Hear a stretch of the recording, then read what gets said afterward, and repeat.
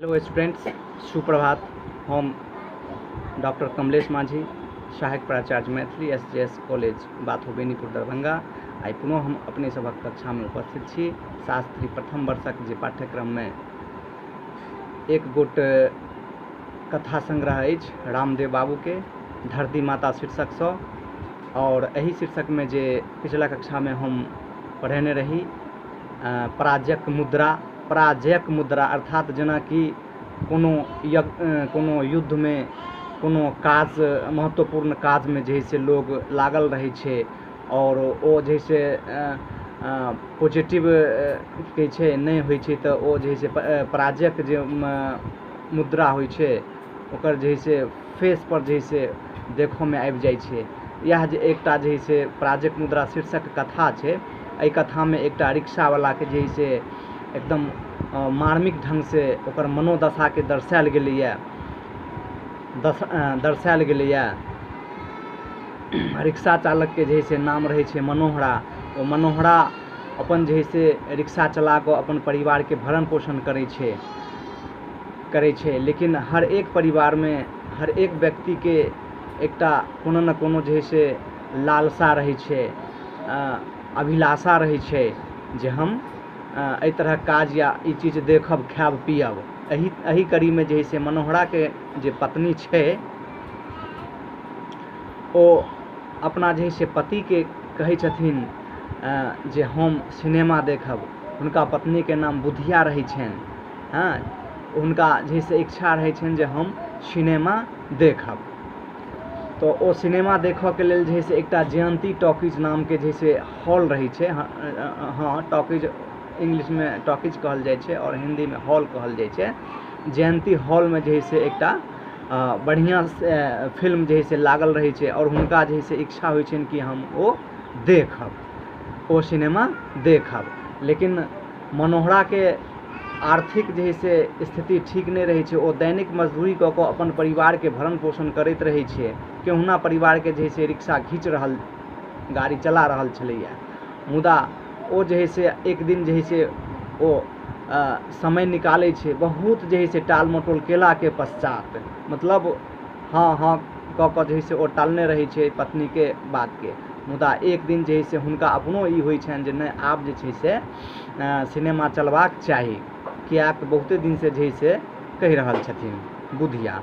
तखन ओ जैसे हुनको इच्छा होय छन मनोहरा के सेहो जे हम सिनेमा चलब, सब परिवार जे छे सिनेमा देखब चलब। ओकर जैसे समय निर्धारित होय छे जे मैटनी शो में जैसे हम सब जाएब। तखन जैसे सबटा अपन ओरियान करै छथिन। तो मनोहरा के जे अपन जैसे एकटा सोच रहे छे, ओ हुनका अपना जैसे विचार होय छे जे हम अपना रिक्शा पर तो नहीं जाएब, कनी जाएब तो की कहे छे हाकिम जका, पदाधिकारी जका, जैसे पैघ लोग जका जैसे बन के ओहि तरह जैसे वेशभूषा में जाएब, दोसर के गाड़ी पर चढ़ कर जाएब। एही कड़ी में जैसे ओ घर से जैसे निकलै छथिन, विदा होय छथिन सिनेमा हॉलक तरफ। रास्ता में सेहो बहुत रास ट्रैफिक रहे छे और अंत में जैसे ओ पहुँचे छथिन सिनेमा हॉल पर, टॉकीज पर, जयंती टॉकीज पर।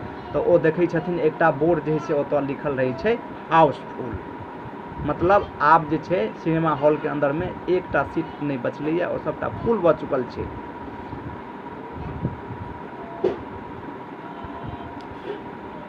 हुनका जैसे ओ हाउसफुल जखन देखे छथिन तो हुनका बुझाई छन जे आब की हेते।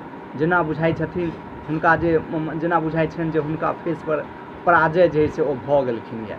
किया तो एतेक रास जैसे समय देलखिन रहे, समय बितला के बाद जे छे जे ओ अपन पत्नी के मान के रखलखिन या। अपनो हुनका जिज्ञासा रहन, लास्ट में हुनका अपनो इच्छा भेलन और एही कारण में एही कड़ी में जैसे ओ चललखिन। लेकिन समय बीत गेला के बाद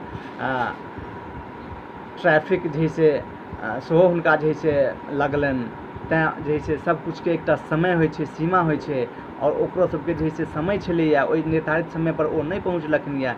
तैं ओ जैसे सिनेमा देखब से स्वपरिवार वंचित रह गेलखिन या।